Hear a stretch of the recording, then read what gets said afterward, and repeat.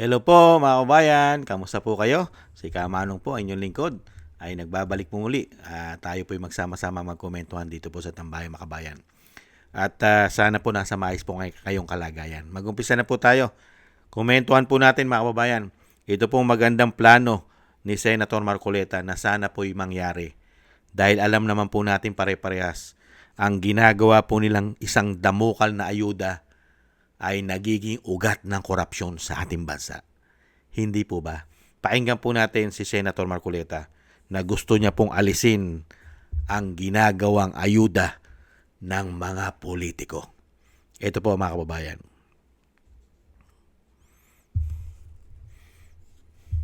The Senate did not.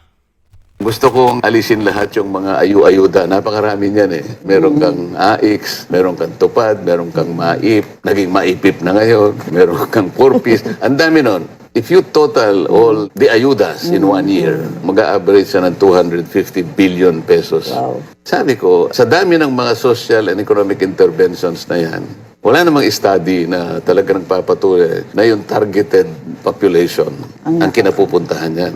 At kung nagkakaroon ng difference sa kanilang buhay. Ang maraming instances na nakikita namin, yung corruption within the system. Merong exclusion error sa listahan, merong inclusion error, Yes. hindi ma-verify si ganito. So katapos-tapusan, hindi talaga natatarget yung Yung kailangan population bigyan. that the ayuda is supposed to achieve. So sabi ko, palitan natin yan.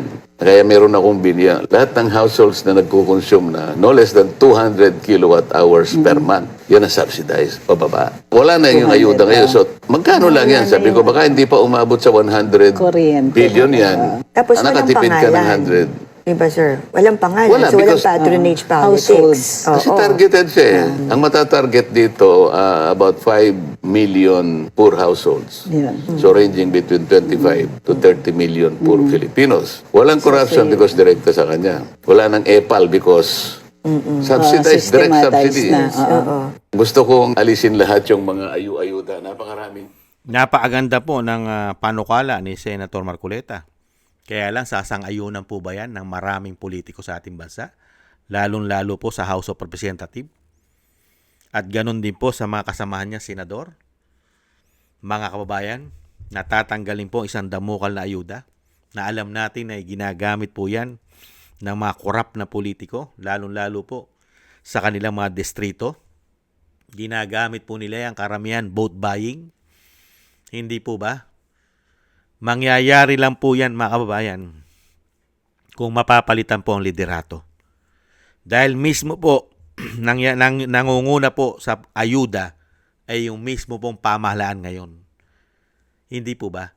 Sila po ang napakaraming ayuda na ginagawa po sa kanilang administrasyon magmula sa taas hanggang sa baba. Ang solusyon lang po nila ay puro ayuda. Sa problema ng bansa, problema ng ekonomiya, problema ng inflation, ayuda. Nakita niyo po. Napalaking pera po sana ang may titipid, sabi ni Senator Marcoleta. Kung tatanggalin mo mga ayuda at aayusin mo. Napakaganda po yun kung sa kuryente mo dadalin. Yung maititipid, parang ayuda yon. At lahat ay makikinabang. Yung mahigit 5 milyon na household, makikinabang dito.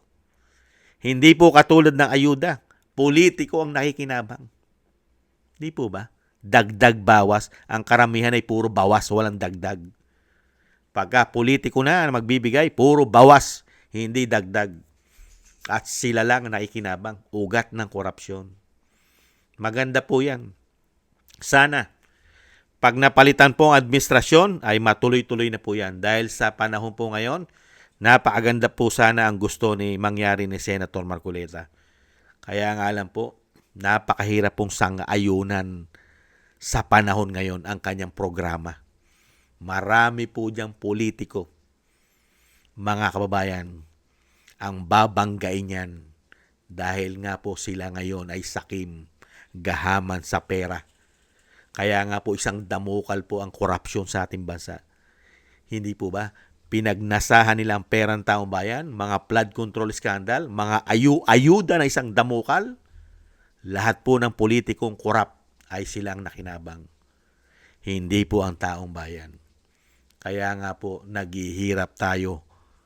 Grabe po ang kahirapan natin. Sila lang po ang umasenso at nagsiyaman. Hindi po ba? Mabuhay po kayo, Senator Marcoleta. Maganda po ang inyong plano para sa bayan. Kaya nga lang po, hindi naman po yan ang plano ng nakaupo ngayon.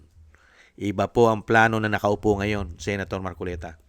Magkamal na magkamal ng pera ng taong bayan. Hindi tulungan ang taong bayan. Hindi kaya. Maraming salamat po, Senator Marcoleta. Mabuhay po kayo. Napakaganda po ng inyong layunin. At sana po'y magtagumpay sa lalong mabilis. At sana po, mapalitan na po ang liderato ng 100% pong mangyayari yan. Hindi po ba? Maraming salamat po sa inyo at thank you rin po sa gusto po natin Tambayan Makabayan sa YouTube at TikTok. At ganoon din po sa ating mga subscribers at patuloy nagsusubscribe. Sa mga nagko-comment, like, share, and subscribe, shoutout po sa inyo. Thank you po sa inyo mga kababayan. At ganoon din po, thank you rin po at maraming salamat po sa mga nagbibigay po ng tulong at biyaya. Shoutout po kay Eric Hersho ng Canada.